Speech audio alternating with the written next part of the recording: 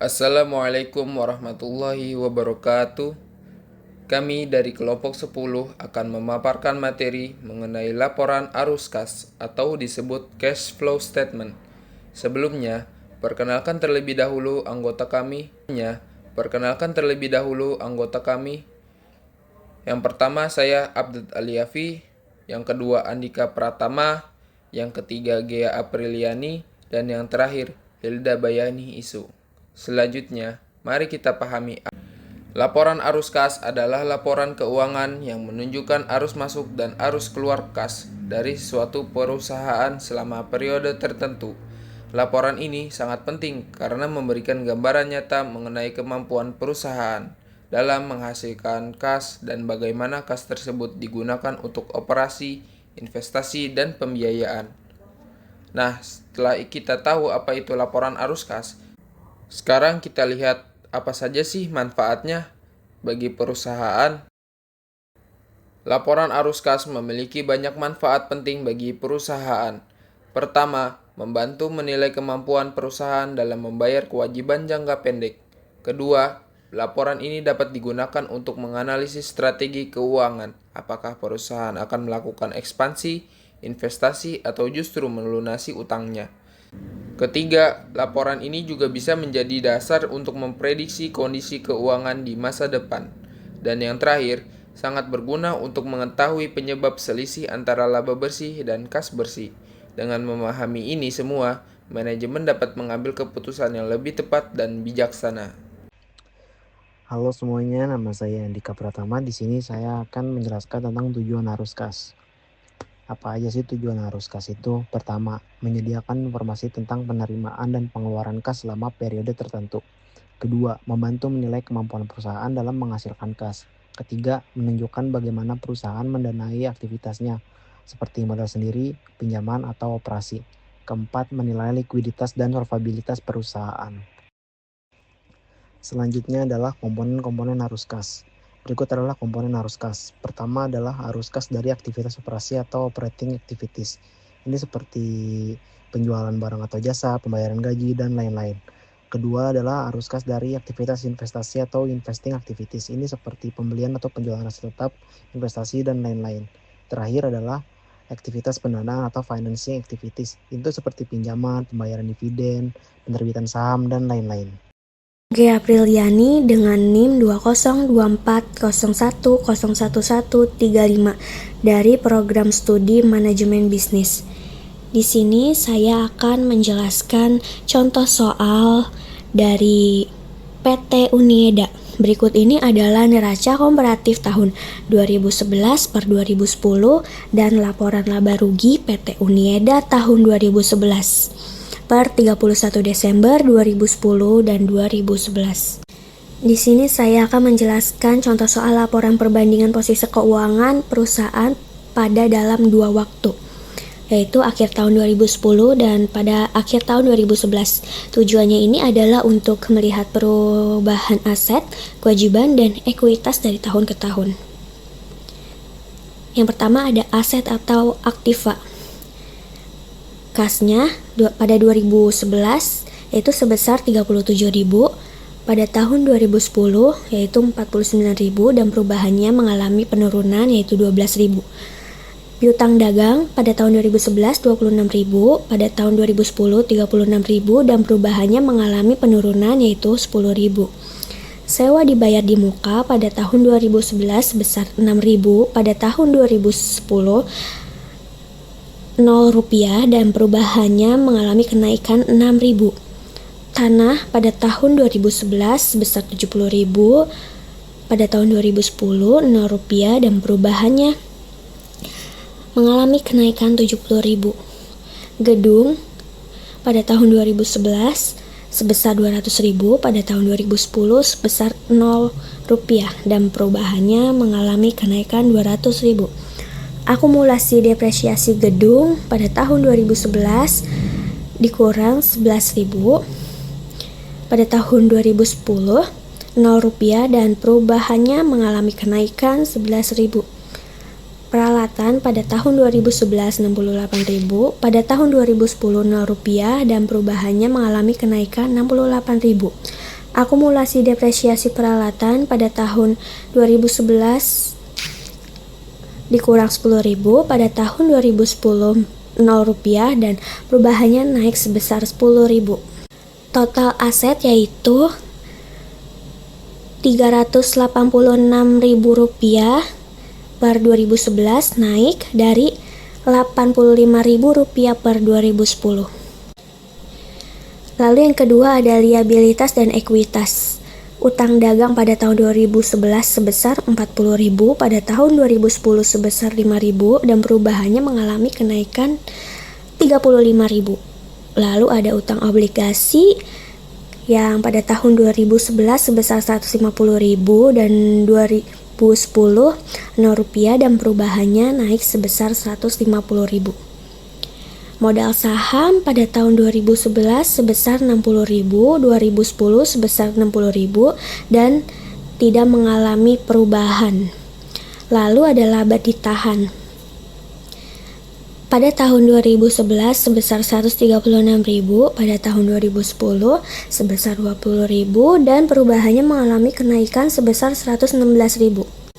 Lalu total liabilitas dan ekuitas ini yaitu Rp386.000 per 2011, naik dari Rp85.000 per 2010. Lalu saya akan menjelaskan contoh soal kedua, laporan laba rugi pada tahun 2011. Ini adalah laporan yang menunjukkan kinerja keuangan PT Unieda selama tahun 2011. Di sini ada komponen penjualan yang jumlahnya itu sebesar 492.000. Lalu ada biaya operasional dikurang 269.000. Lalu ada biaya depresiasi dikurang sebesar 21.000. Lalu total beban operasi dikurang 290.000. Lalu pajak atas laba dikurang 68.000, lalu laba bersihnya itu adalah 134.000.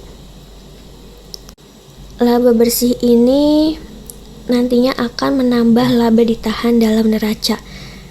Dari kenaikan laba ditahan sebesar Rp116.000 dan dividen yang dibayar Rp18.000, kita tahu bahwa laba bersih Rp134.000 sudah benar, yaitu Rp116.000 ditambah Rp18.000, hasilnya yaitu Rp134. Informasi tambahan. Yang A, kalian disuruh untuk informasi tambahan. A. Perusahaan membayar dividen sebesar Rp18.000. B. Perusahaan memperoleh kas Rp150.000 dari uang obligasi. C. Tanah, gedung, dan peralatan diperoleh secara tunai. Diminta untuk membuat laporan arus kas untuk tahun 2011. Halo semua, perkenalkan nama saya Hilda Bayani Isu. Hari ini saya akan menjelaskan tentang metode tidak langsung pada PT Unieda laporan arus kas untuk periode yang beredar pada bulan Desember 2011. Langkah pertama, mulai dari laba bersih, gunakan informasi laba bersih dari laporan laba rugi. Bisa dilihat di sini laba bersih penyesuaian sebesar 13.400. Langkah kedua, sesuaikan laba bersih dengan item non-kas. Tambahkan kembali item non-kas seperti beban penyusutan, kerugian penjualan aset, kurangi keuntungan penjualan aset. Bisa dilihat di sini beban depresiasi sebesar 21.000, penurunan piutang sebesar 10.000, kenaikan sewa sebesar 6.000, kemudian kenaikan utang dagang sebesar 35.000. Langkah ketiga, koreksi perubahan modal kerja. Hitung perubahan kenaikan atau penurunan aset dan kewajiban lancar, seperti kenaikan piutang usaha, penurunan persediaan, kemudian kenaikan utang usaha. Bisa dirumuskan di sini kenaikan aset lancar dikurangi arus kas, kemudian kenaikan utang lancar dikurangi tambahkan arus kas. Langkah keempat, aktivitas investasi, yaitu memasukkan pembelian peralatan, kemudian penjualan aset tetap atau investasi. Gunakan perubahan dan akun seperti aset tetap, investasi jangka panjang. Bisa dilihat di sini arus kas dari kegiatan investasi yaitu sebesar 70.000, kemudian pembelian gedung sebesar 20.000. Di sini pembelian peralatan sebesar 68.000. Langkah kelima, aktivitas pendanaan. Memasukkan penerimaan kas dari penerbitan saham atau utang. Kemudian pembayaran utang jangka panjang. Kemudian pembayaran dividen. Diperoleh dari perubahan ekuitas dan utang jangka panjang. Informasi tambahan. Langkah keenam, hitung kenaikan atau penurunan kas total dari aktivitas operasi plus investasi plus pendanaan bandingkan dengan selisih saldo kas awal dan akhir. Bisa dilihat di sini aliran kas dan aktivitas sebesar 13.200. Kemudian pendanaan sebesar 0 rupiah, aliran bersih sebesar 12.000. Di sini saldo kas awal sebesar 49.000. Jadi saldo kas akhir sebesar 37.000.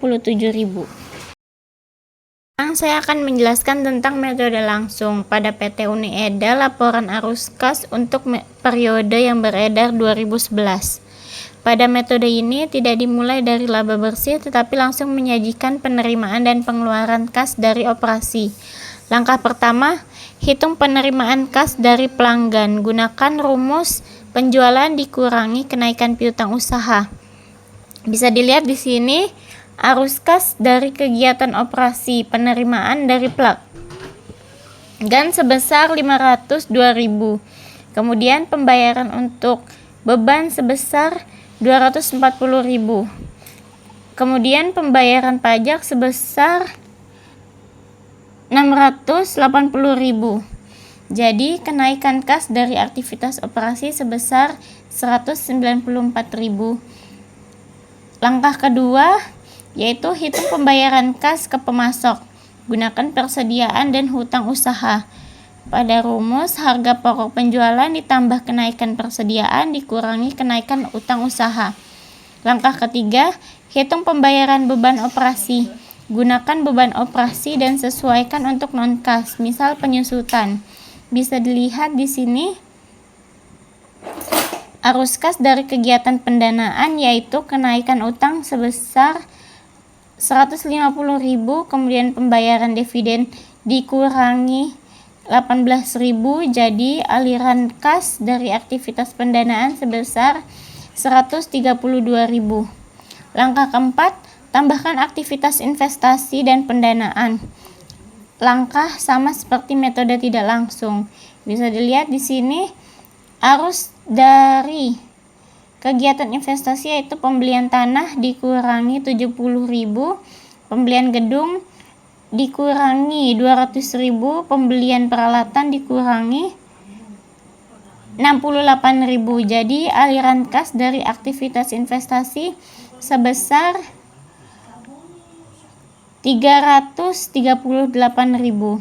Langkah kelima, jumlahkan dan sesuaikan kas, totalkan aktivitas operasi, investasi, dan pendanaan.